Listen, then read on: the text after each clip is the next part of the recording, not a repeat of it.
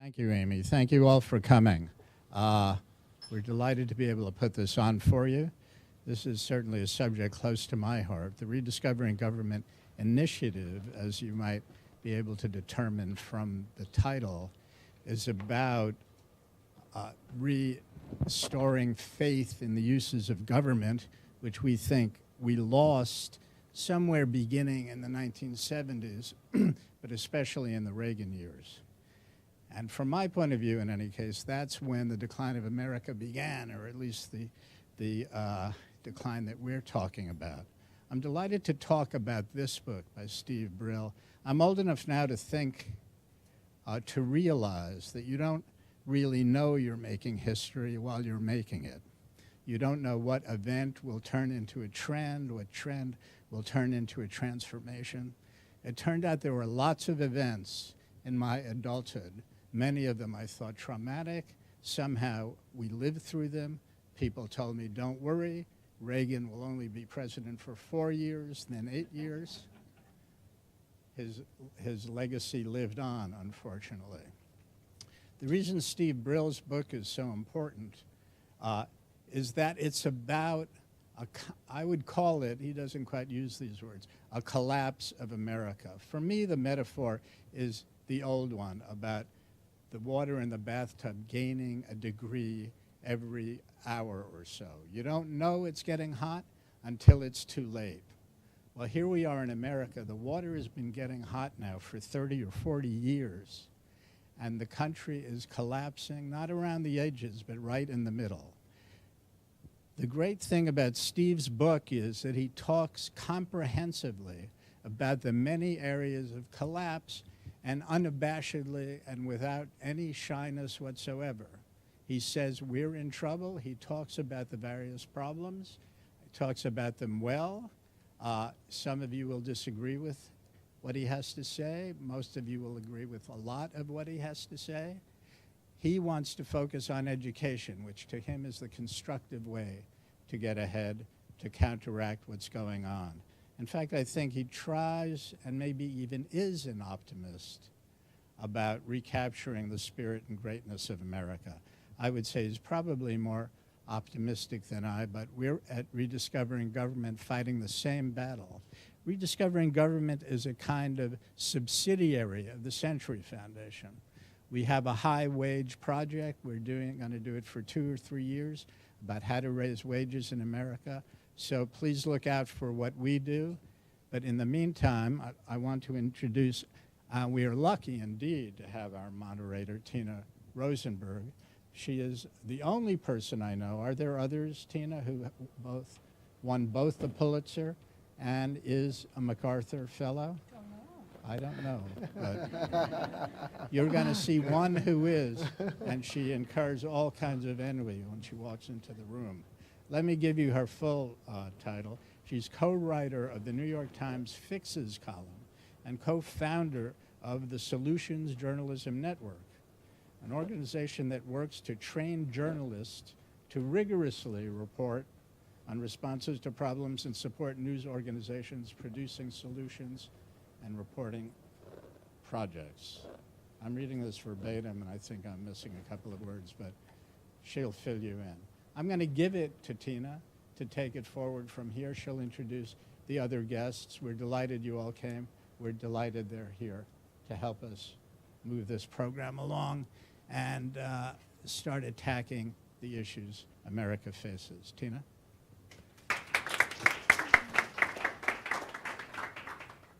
Thank you. Now, I would shake your hand if you had one. I have two, but I only have one available. You are mics. I am Mike. Okay. Welcome, everyone. I am honored to introduce two people, one of whom is an old hero of mine, old-ish hero of mine, one of whom is a new hero of mine. But let's start with Steve Brill. Steve is actually a guy who needs no introduction, but I will introduce him nevertheless. He's written for many places, the New Yorker, Time, the Times Magazine. He founded and ran Court TV and the American Lawyer magazine, 10 regional legal newspapers, Brill's Content magazine. You may remember him for his Time magazine cover story, which was practically the whole issue, Bitter Pill, about which unpacked medical bills in a way that was profoundly revelatory to many Americans and much of the industry.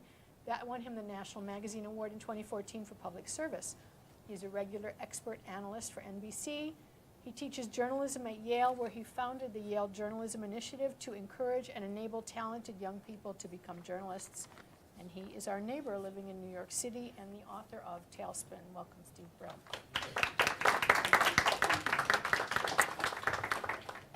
Jukay Hsu is a new hero of mine. I wrote a column about him recently.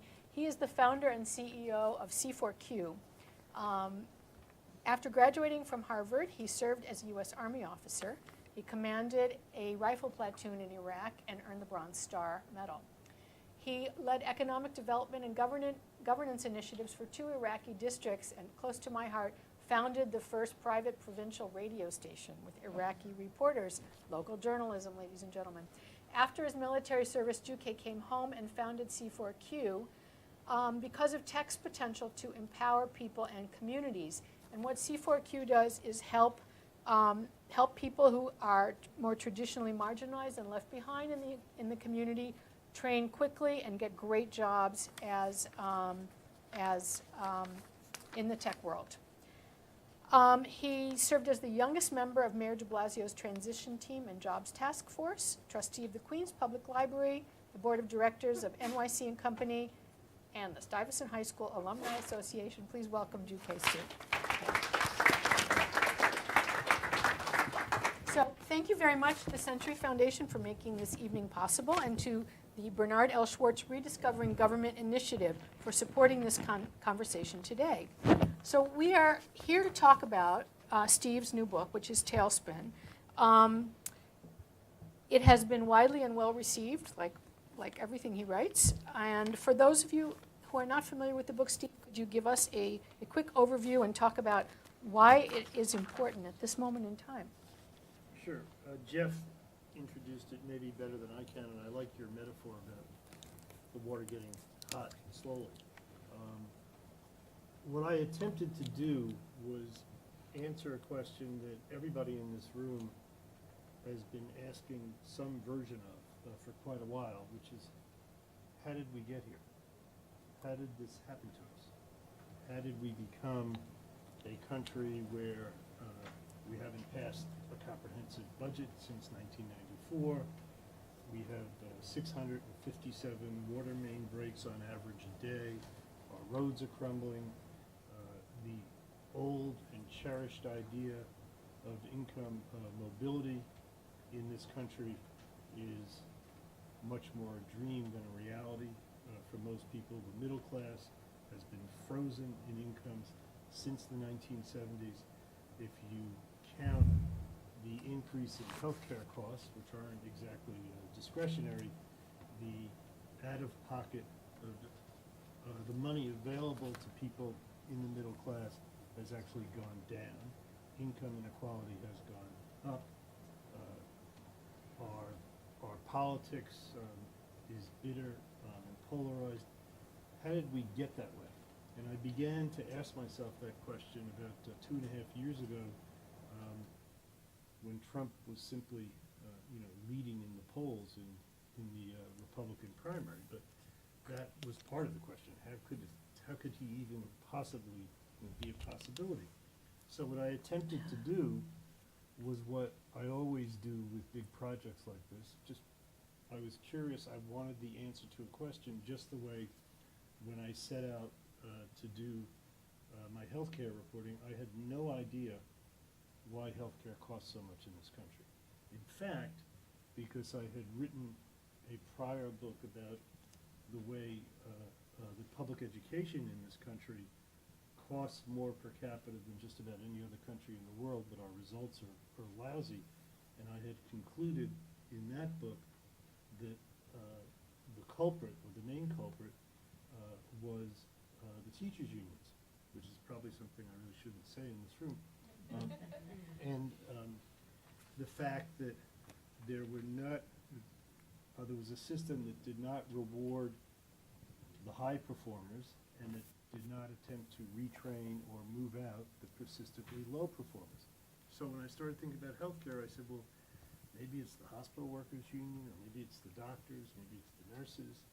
And it turns out that the only people who haven't benefited from the gravy train when it comes to healthcare in this country are, Sorry. you want me just to repeat? I'm sorry. I'm so sorry. We just want to make sure that we hear all of the brilliance. This stuff was really good, I'm sorry. Please, if you have trouble hearing, raise your hand. There we go. Is this okay? Great. Better? Thank you so much.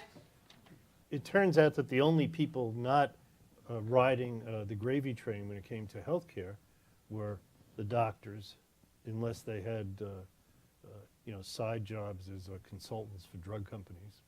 The doctors, the nurses, the attendants in the hospitals, the union workers, they were the ones getting screwed, and the people who were making all the money were the hospital executives, the drug companies, the people selling MRI equipment that people really didn't need. So to come back to this book, I said, well, okay, well, how did we get this way? And I found a series of intertwined themes. For example, the polarization that began in the mid-1970s with the advent of Speaker Gingrich, who wasn't the speaker then, he was just a congressman. That began a series of events and developments in which Republicans didn't talk to Democrats, Democrats hated Republicans, and the whole notion in this country of, signing ceremonies in the Oval Office where, Republicans are standing behind the president who's a Democrat, or Democrats are standing behind the president who's a Republican, that was just gone. Another development had been the First Amendment, the expansion of the First Amendment. In 1976, lawyers working for Ralph Nader sued because there were drugstores in Virginia who wanted to advertise that they were offering discounts on prescription drugs. And the big drugstores had gotten a law passed that said you couldn't advertise the price of drugs in Virginia. Well, Nader, who is a consumer, an activist for consumers, as you all know, brought a lawsuit, and the claim in the lawsuit was that the First Amendment is as important for listeners, in fact, arguably more important for listeners than it is for speakers. Our ability to hear speech is what really makes things work in a democracy and in a free market, in this case, the price of drugs. And it got to the Supreme Court, and the Supreme Court decided that a speaker should not be discriminated against because it happens to be a corporation. Makes sense, right? Let these stores advertise that you can buy drugs there for less money than in another store. That's all good, except once you got rid of the distinction between people and corporations vis-a-vis free speech, you got to Citizens United. It was sort of a straight, if long, path. Another issue was meritocracy itself, it turns out. Now, I was a beneficiary of that. I was applying to college in the late 1960s when places like Yale began for the first time to look at people much more on the merits than on the basis of the old boy network. So I got a big scholarship to Yale. I was a kid from the Rockaways in Queens. And my wife got a scholarship to Yale, and she was a woman, which was just unheard of until then. And that's a great thing. We all think that's a great thing. Everyone in this room should think that's a great thing. But it had one unintended consequence, which is if universities and then law schools start taking people on the merits, law firms and banks are able to hire people on the merits, and therefore law firms and banks and consultancies, all the kinds of services that work for the big corporations and the wealthy, suddenly have access to much more talent, and talent that is driven to succeed, as I was, and those law firms become much more powerful.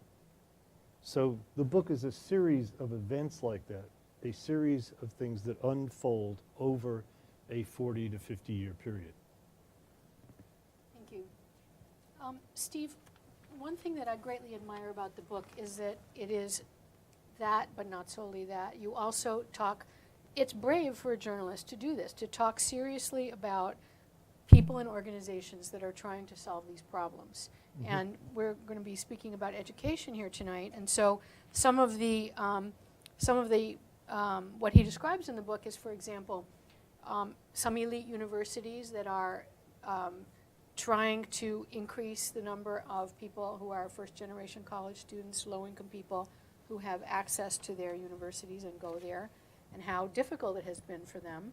Another one of the programs you describe is Jukay's program, which, Jukay, why don't you briefly tell us about what you do at C4Q? Yeah, sure. Yeah, thanks so much for having me here today. So we at C4Q, we're focused on identifying adults that have the highest need and also highest potential, and providing them the skills, resources, and networks to be able to become software engineers, and particularly focused on those without a college education. Most Americans don't graduate from college. So how do we think about identifying folks without a college education to find meaningful ways to gain gainful employment, high-wage jobs, and to enter middle class? And through our program, over 10 months, we're able to take people from starting out about $18,000 on average, have them go through this 10 months of training, and afterwards help them get jobs around $85,000 a year. So it's very tangible.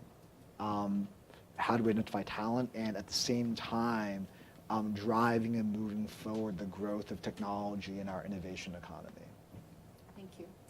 So one thing that all of us wrestle with, and I think the Reinventing Government program is particularly interesting about, is government is scale, right? If you want to do something big, that is the way to go.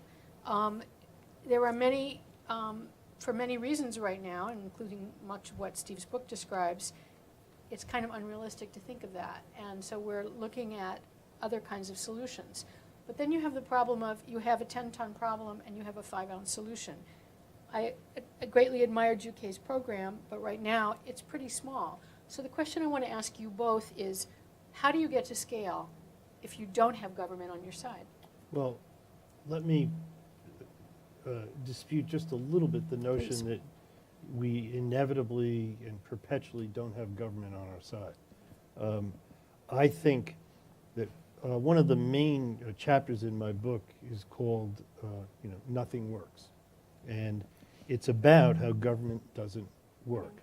And the reason government doesn't work in large part is that the people at the top, who I call the protected, don't need government.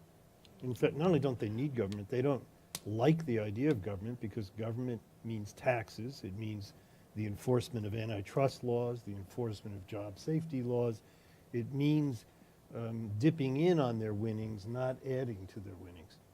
But I think that's going to change, because I think there's mounting disgust among the unprotected, who obviously made what most of us in this room consider to be, the wrong choice to vent their frustration. But I think that can be reversed.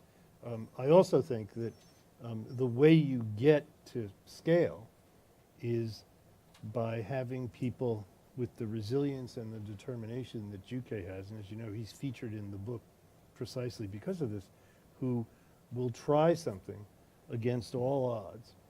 The history of this country is a history of government job training programs being a total fiasco. Beginning in 1962, with the Kennedy round of trade negotiations, when we decided we're going to have international trade, what President Kennedy did was he put in a program called the Trade Adjustment Assistance Act. And that was meant to retrain or train people who were the victims of globalization, so that if they lost their jobs in a textile mill because those jobs went overseas, they would be retrained. That never happened. We spent a lot of money on it, but it never happened. Everybody ignored it. The press never wrote about it for 50 years. That program is a total fiasco, and people would basically come to the conclusion, well, you can't do it.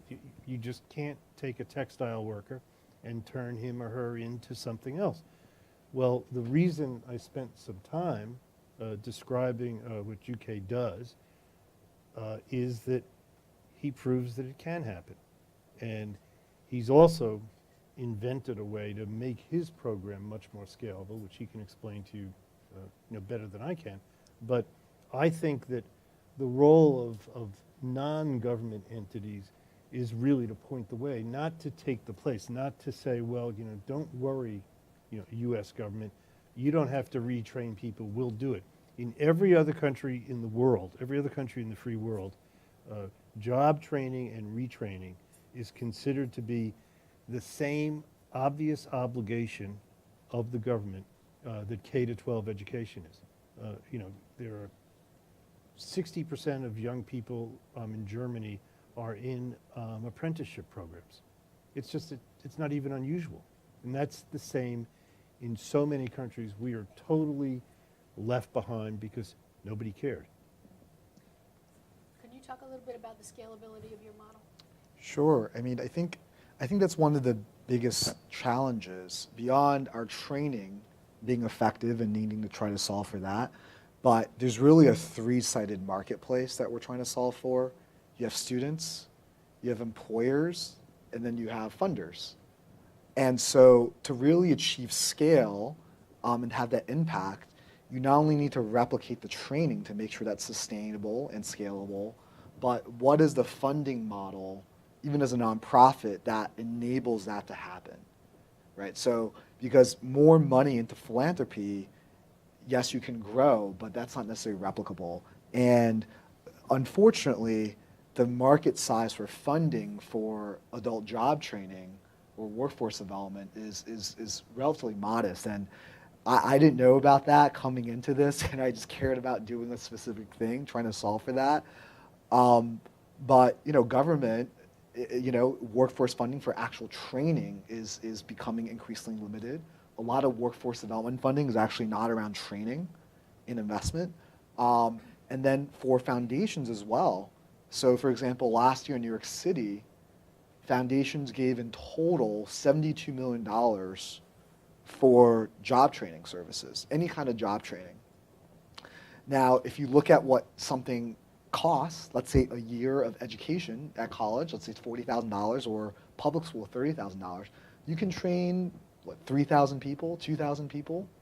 In a city where over 1 million New Yorkers are in poverty, 250,000 New Yorkers are unemployed or underemployed, and this is in one of the wealthiest, most generous cities here. So it's an issue beyond the training of how do you access the resources and make that possible. So that's a large part of what we've been trying to do. So something we created is one part a bond structure that we call a job outcomes bond. Participants coming into the program, it's free for them. We make sure we don't want to have them have any kind of debts, and also really want to make sure that they ultimately are successful and deliver outcomes. They agree to pay a percentage of their income if they're successful to the organization to getting a job for over a number of years. And with that, raise funds from impact investors. So impact investors get a financial return based off the success of the students that graduate in jobs. So I think that is a step in solving a number of things. What is the way to access capital? In many ways you can think of that as instead of a municipal bond, why not create something for job training in a way to create a structure that enables that? And the second part also, because it's over a number of years afterwards, over 3 years afterwards, we can really try to understand what is happening with participants. Are they successful with getting jobs over time, and are they able to persist over time? And that's really, I think, beyond the financial model, what's key for long-term outcomes that we care about. So that's one way we're really trying to think about evolving that and making sure that anyone that goes through our program has jobs long-term and is able to make that sustained transition for really family-sustaining wages and impacting not just themselves, but families and communities. Steve, why did you decide to highlight that? after you've listened to Jukay, it's kind of a no-brainer. The other piece of it is there are, depending on where you go to look for the numbers, there is something between 500,000 and 2 million software coder jobs that are vacant, that people could be hired for. So the notion that it is not a good investment to train people to do this, and and I've been out there, I've seen what they do, and I've seen the people they affect. It should be self-sustaining because they will be able to pay those bonds back. And the other thing that GK alluded to is they don't owe anything if they don't succeed. It's not like it's a student loan, nothing like that. They have to make over, what is it? $60,000. Over $60,000 or they don't pay anything. So, and it works. And it works because, not just because it is conceptually a good program, it works because of him and the quality of the people that he is able to attract and train to do the training. The government job training programs, the Trade Adjustment Assistance Program, I reported on this heavily. It was horribly bureaucratic. They basically gave, money out to, community colleges or, to for-profit, job training places. The requirement to get the assistance from the Trade Adjustment Assistance Program was you had to have a high school degree. So you would have a textile worker who is thrown out of work. He doesn't have a high school degree. He suddenly doesn't have a job. And they're saying, well, you can get into this really terrific program, which, by the way, has a lousy record of finding jobs for people and training them. You can get into this really terrific program if you spend a year making no money and going back to high school for a reason that nobody can explain. Right. So that is crazy, and it is totally self-destructive. This is the kind of program that if I'm the Secretary of Labor, I take this guy and I say, okay, you go around the country and start and find programs like this, and I take 8 other guys like him who are doing this elsewhere and say, you do this, we will fund it, we will monitor it. The Trade Adjustment Assistance Program, the GAO, the Government Accountability Office, they wrote reports every other year from 1962 on saying this program doesn't work, it's a disaster. But the Democrats would put more money into it so that they could tell people we're doing this. The Republicans literally said, we know that this is just for show and it's the way we get these trade bills through. The Democrats are insisting on this, so we'll do it. But nobody cared about the program. And the GAO stopped writing reports after like 1990 because every report read the same way. Nobody got trained. This is a total waste of money. And then they just kept doing it. We're going to open it up to questions. So there's a mic in the back that if you raise your hand, the mic will be delivered to you. While we're waiting for inspiration to strike, I would like to ask you, I am from a small town in Michigan where when I graduated from high school, very, very few people went to college because why would you when you could get a $31 an hour job starting on the line at Oldsmobile at the time? Well, that went away. And there are men in my hometown who have not had jobs since 1983. So it's probably too late for that group of people. But there are younger people. What can work for them? Well, this kind of program for sure, but what also needs to work for them is a public education system that is geared not only toward quality teaching, but for people who are not going to be college bound, equipping them with real skills. Again, there are all kinds of jobs out there, but there are also the participation in the labor market is pretty near all-time lows despite the demand for workers because the people who aren't participating know they don't have those skills. They also, they might have problems, with opioids, a lot of other things, but they know they don't have those skills. I can't apply for a job as a software coder just because I see an ad in the newspaper for it, because I don't even, have a computer. Here's a question here. Wait one second. Thank you, Mark. There are too many mics on, I think. They're seeing, okay. My name is Kike Okma. I'm here, and I've been teaching here and in different places in Europe. One of the things I was thinking of is the parallel between your issues you've been taking on in healthcare and this one in education, and in particular the problem with the sort of the education of the field of journalists. The issues you're raising require quite a lot of public information and understanding in the political world. And for example, if you want to be a teacher in Japan, you first have to be the best of your class to enter teaching college, and then before you can become a teacher, you have to be the best of your class, because teaching is a very highly respected job, highly paid, not even highly paid, but extraordinarily highly respected in society. That's a thing most people don't know in this country. That's not because Japanese kids do well in this country because they're smart, but because they work harder. There have been attempts, for example, to pass laws in the United States that would simply require the education schools, the graduate schools of education, to report on their results and the results of their teachers.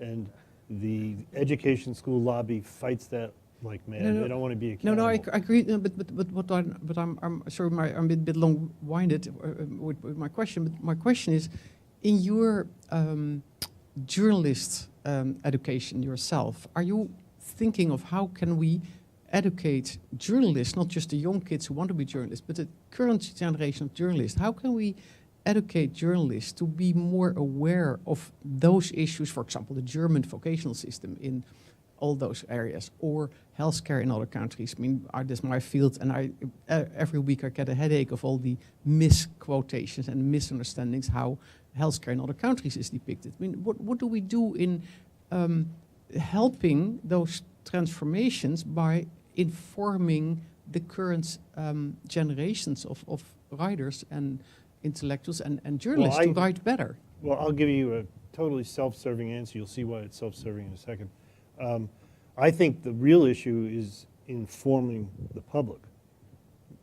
Now, journalists can help, and I think the real issue is informing the public, and toward that end, a few months ago, I started a new company called NewsGuard, which is reading, rating, and reviewing the 5,000 websites in the United States responsible for 98% of the news and information that is consumed and shared online. And every one of those 5,000 is going to have a nutrition label next to them that explains who they are and what they're doing.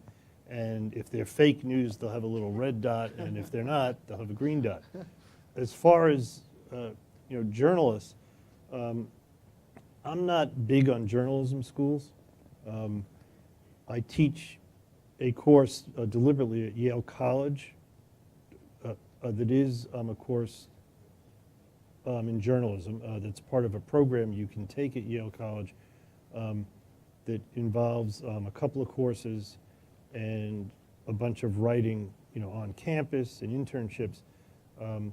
But I think the way to be a journalist is frankly to be a journalist. I would much rather have, someone who graduated from business school be covering Wall Street, and someone who graduated from medical school be covering, certain areas of healthcare, not necessarily healthcare economics, because doctors don't know anything about that. But I don't think that journalism schools actually serve much of a purpose anymore, except lately, they can teach kids how to, be data scientists. But I think of myself as a data scientist, and I don't even know what it means. Another question? Hi, my name is Celine. I work for the Vera Institute. I was wondering, what are your thoughts on a nationwide education policy reform so that from K to 12, they have the same tests that they need to pass, and it's the same curriculum nationwide? Do you think that would benefit the education system in America or hinder it? Well, what we've learned in the last 5 years is that while that makes total sense, it is politically, it is dynamite.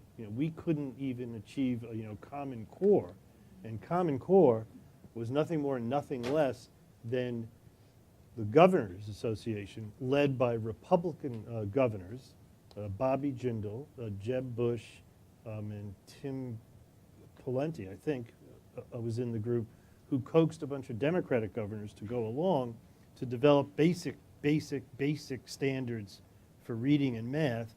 And then after the Tea Party came along, they said this was Washington interfering with local school choices. Washington had zilch to do with it.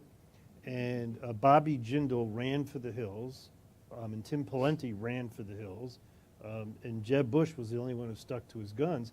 And again, that was such a mild version of what you're describing. And the notion that we want to compete in the world, that this country wants to compete in the world, but that, Alabama ought to have a different sense of, what a good math curriculum is than, Texas or New York do, that's just insane. Mm-hmm. But that's where we are, with our politics. It is so polarized that we can't even, agree to build our infrastructure, but we certainly can't agree on something that has the political potential of what you're describing. The teachers' unions hate it because the only way you can have a common core is if you make everybody equally accountable for teaching the Common Core. And that means, God forbid that that there'd be a metric, associated with schools and with teachers, based on how well their students are actually improving against the Common Core standards. And nobody wants that. Thank you. But I'm on your side.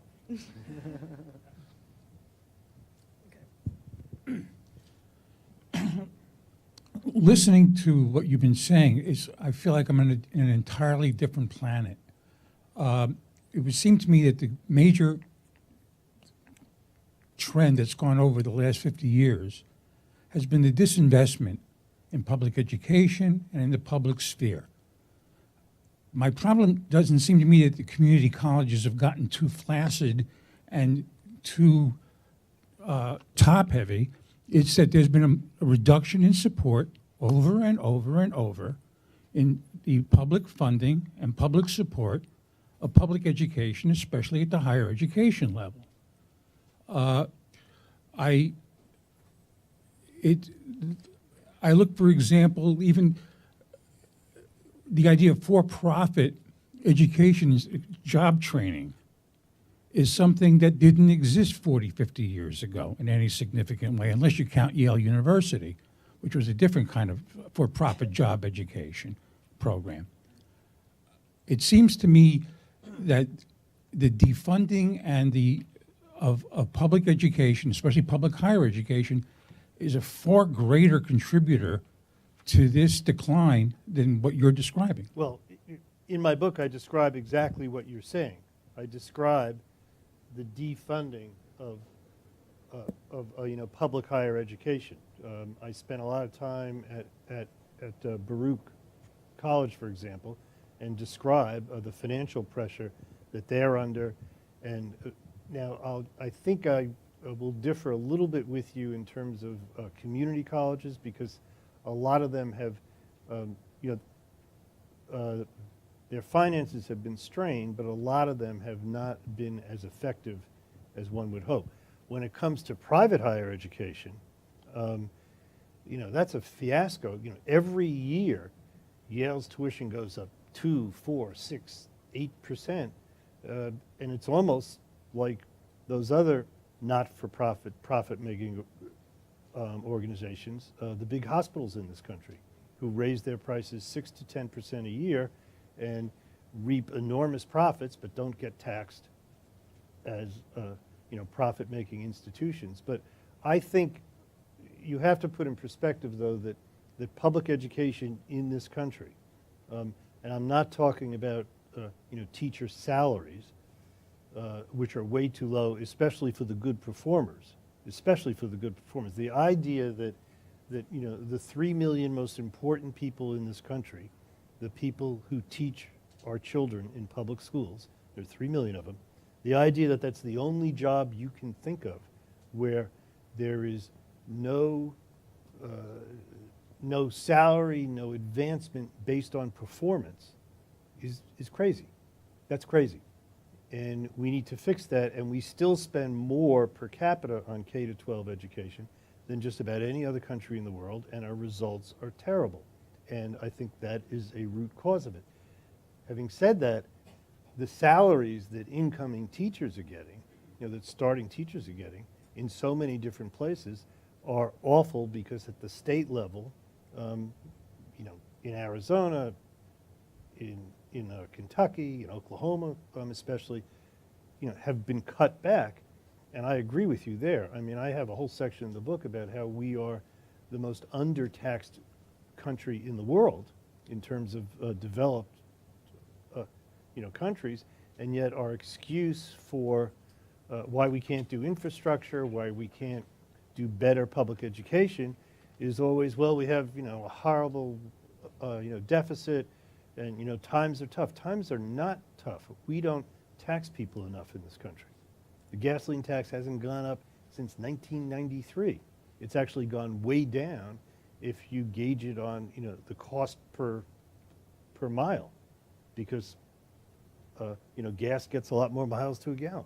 So I agree with you, I think, in most of what you're saying, and I think you will find in the book a lot that you agree with. Hi, I really enjoyed your thoughts today. And just on the topic of college and career readiness, I'm a huge proponent of that, of getting students in high school ready for college or a vocational career path. My only issue with that, though, is that it's very similar to tracking, which historically and empirically has been proven to push majority, minority, low-income, marginalized groups into vocational paths. What are your thoughts on possible educational reforms that would prevent that and allow students to have more choice in their opportunities after high school? Well, that's something that I deal with in the book. When I talk about meritocracy, what we haven't said on the stage tonight is, what I say is that it was great, that I got into Yale, and it's great that my friend over here, goes to Yale. But the boomerang of meritocracy is that the way meritocracy ended up, it was based on how well you did on the college boards, and therefore people like me could afford to get all kinds of SAT tutoring for our kids. We could send them to the best schools. We could even decide, gee, if only they had a month of building huts in Nicaragua on their resume, just think of what that would do for you. And so the upshot of all that, as I explain in the book, is that Yale and Harvard today are less economically diverse than they were in the 1970s. And therefore, they're just plain less diverse. Now, Amherst and Princeton and Vassar, for example, have done it really differently. At Amherst, their attitude is, well, if on your resume it says you worked at McDonald's your senior year in high school, that's probably more meaningful than if you went to Nicaragua, and build some huts, because that means you were holding down a job, you showed up, you needed to hold down the job, and yet your record in high school still was really good. So there are ways you can get back to economic diversity. And tracking, as you put it, is one of the ways that you can't, because it depends on what you track.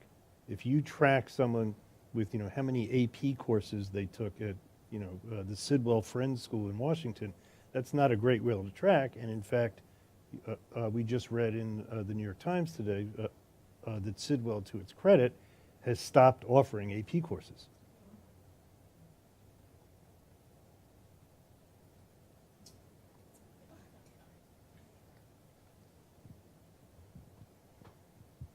Hello, if this trend, this tailspin, is not reversed, what's the end result and how long will it take to get there? And also, can you point to any other countries in the world that are in the same tailspin? Well, let me try the first one first. I think the only reason I can think of that I'm more optimistic than Jeff is that I'm probably a little bit younger, and therefore I have to be here longer, so I better be more optimistic.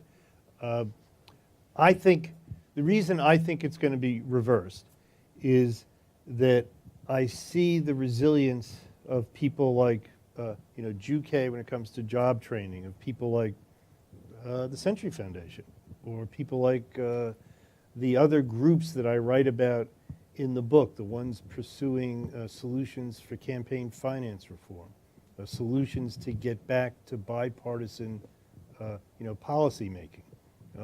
There are all kinds of groups and people in the book, and I have a confession for you. When I started to write about them, most of them, what I was really doing was sort of looking to them to tell me all the bad stuff that was going on. So, if you want to learn about the abuses in campaign finance reform, you go to the Open Secrets people, who have the fabulous website about campaign finance and lobbying. And then I realized that these people are actually part of the story, because against all odds, against events that in every aspect are just galloping in the opposite direction in this country, they're just getting up in the morning and doing things that are trying to turn the tide. Then the question becomes, will they succeed? And I think they're sort of the beachhead for when so many people in so many different contexts get so frustrated. I mean, how long are the coal miners going to sit there and say, well, gee, I'm getting my job back, when they're not getting their jobs back? And he's promised they're going to get their jobs back. They're not going to get their jobs back. What they need is job training, and they need to be transitioned into real jobs that they're capable of doing, which he proves is possible. So I think that in many areas, people are going to be so frustrated and so angry that they fell for this guy that they're going to turn in the other direction. Then the question becomes, okay, who are the leaders who can lead us out? Well, first of all, it's us. We all have to do it. But second, I think those leaders are going to be people who can communicate to the middle class, the working class, that they have more, in fact, they have everything in common with the poor and nothing in common with the people at the top. And if you can put the middle class with the poor, who are basically now in the same boat, food stamps are basically now a middle class program. Most of the programs that the Trump administration is trying to cut because they don't like poor people and they want to turn poor people against the middle class, those are middle class programs. Housing assistance is a middle class program, by and large. So some political leader or leaders have to put those two groups, have to get them together, and it shouldn't be so hard because on the merits, they belong together.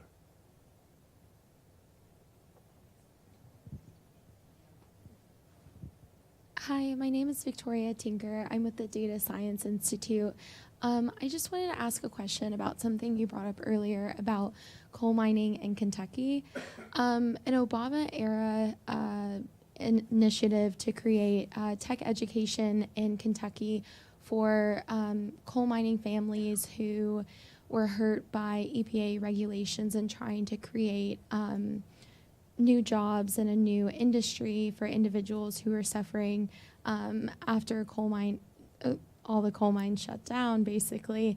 That tech education program kind of backfired in a way because individuals who received that data tech education training came back to Eastern Kentucky and there was no industry that would offer employment with these new skills, and they ended up moving away from Eastern Kentucky, and it kind of created this brain drain.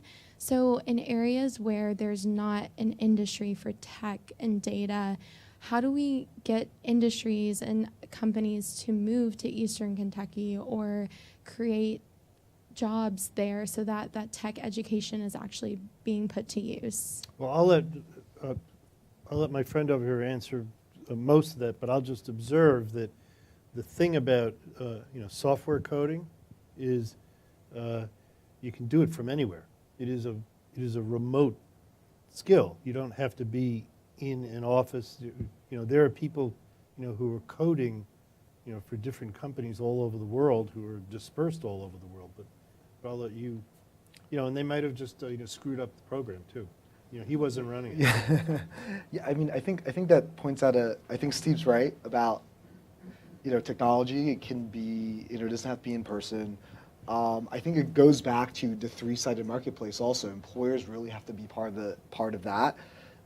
Unless you can attract employers there, or you can create a model in which you're outsourced in that area. You have the talent, but they're providing services for companies elsewhere. I think there's a possible model there as well for staff augmentation and other ways to do that.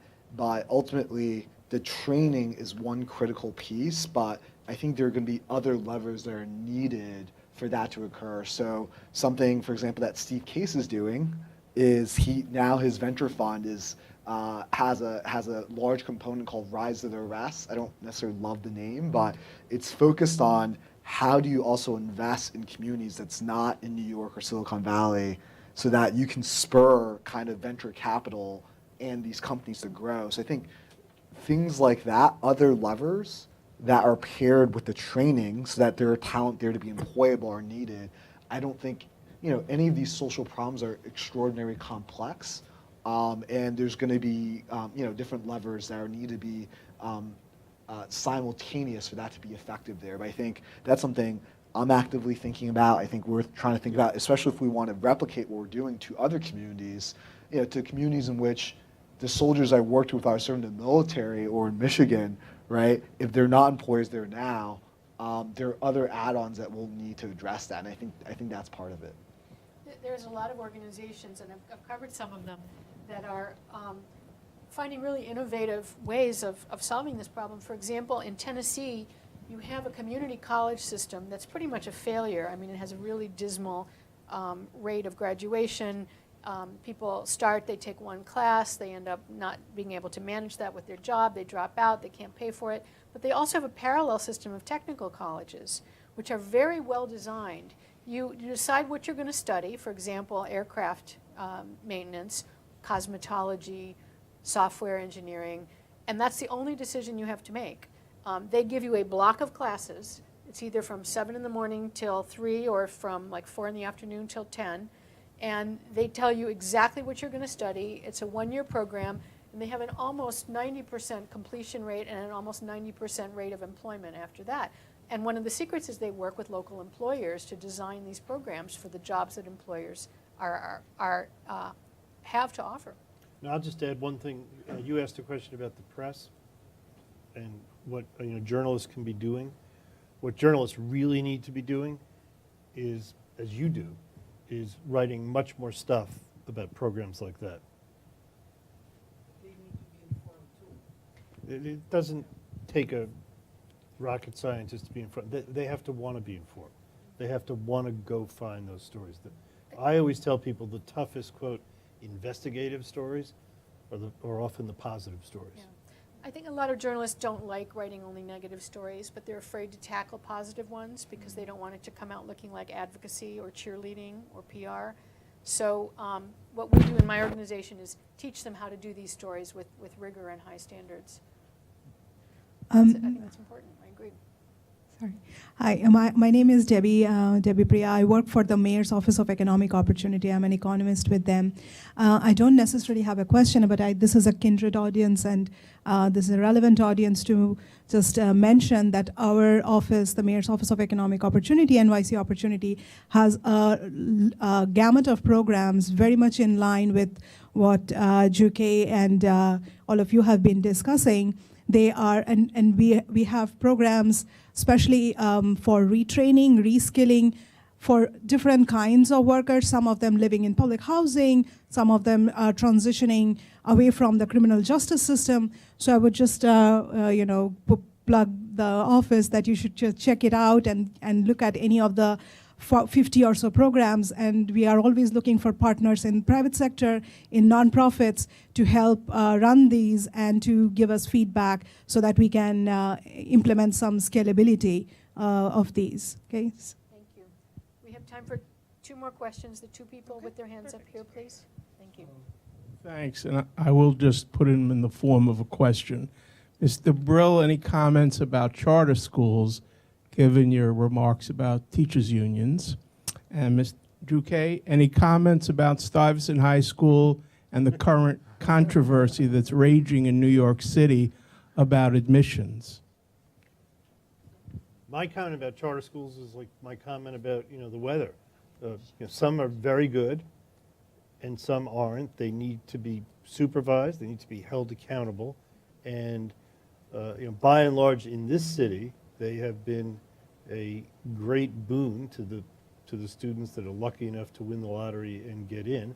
That doesn't mean there aren't exceptions, but by and large, with less money, they educate their children a lot better than the public schools, often which are literally in the other half of the building where they are. Jukay? Yeah, I think it's a tough issue, and I've been following it and then not following it, but recently following it more.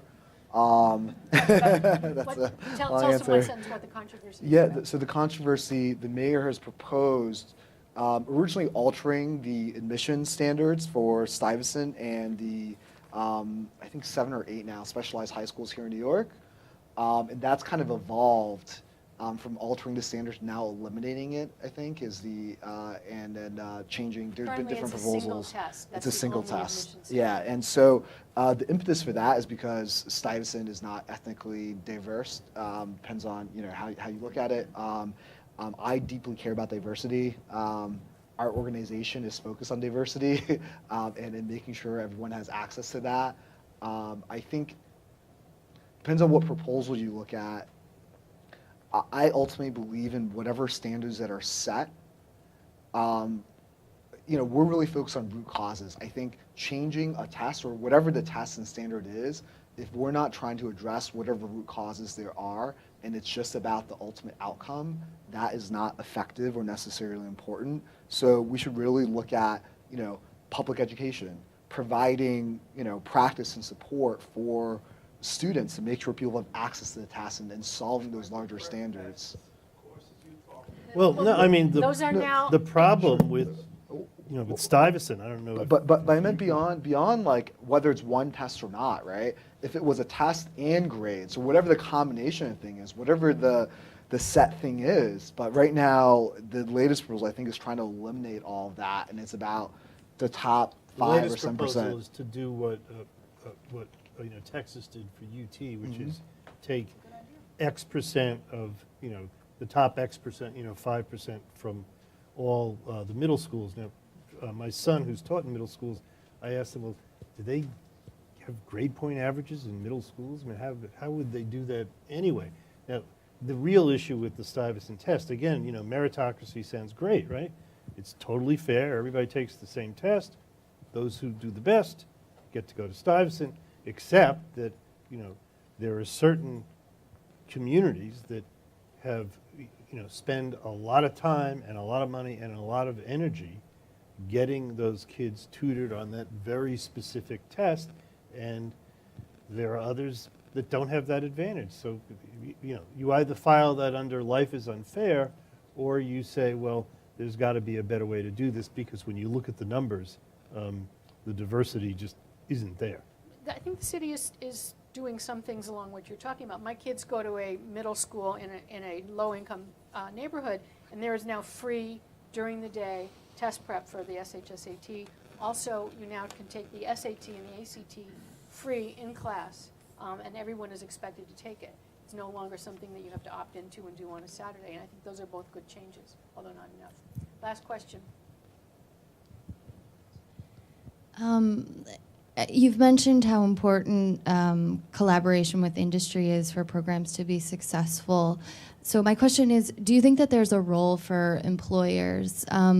One trend that I think I'm noticing is that employers are divesting in training for their workers, or contracting, turning their positions into contract positions, or outsourcing entire functions so that those workers don't have the ability to be exposed to other roles and move into higher. Well, yeah, I cover that in the book, where the old notion of employment, you'd start in, the mailroom or a very low-level, clerical position, and then you'd move up in the company.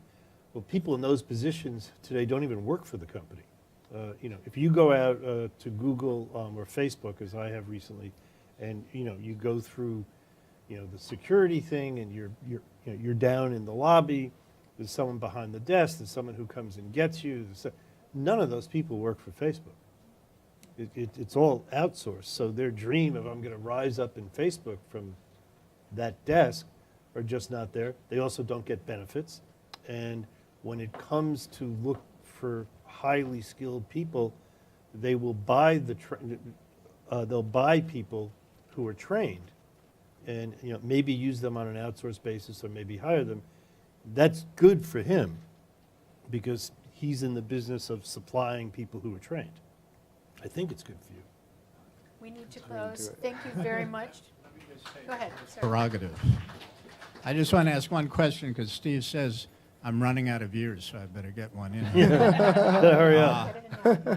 What I did want to point out is Rediscovering Government has advocated unconditional child allowances for all poor children for quite a while. The reason this is important is it's based on evidence that money really matters, number one, and that when parents have unconditional money, they don't spend it on booze and drugs necessarily. They spend it on their kids. And we're getting somewhere. There's more interest in that kind of thing.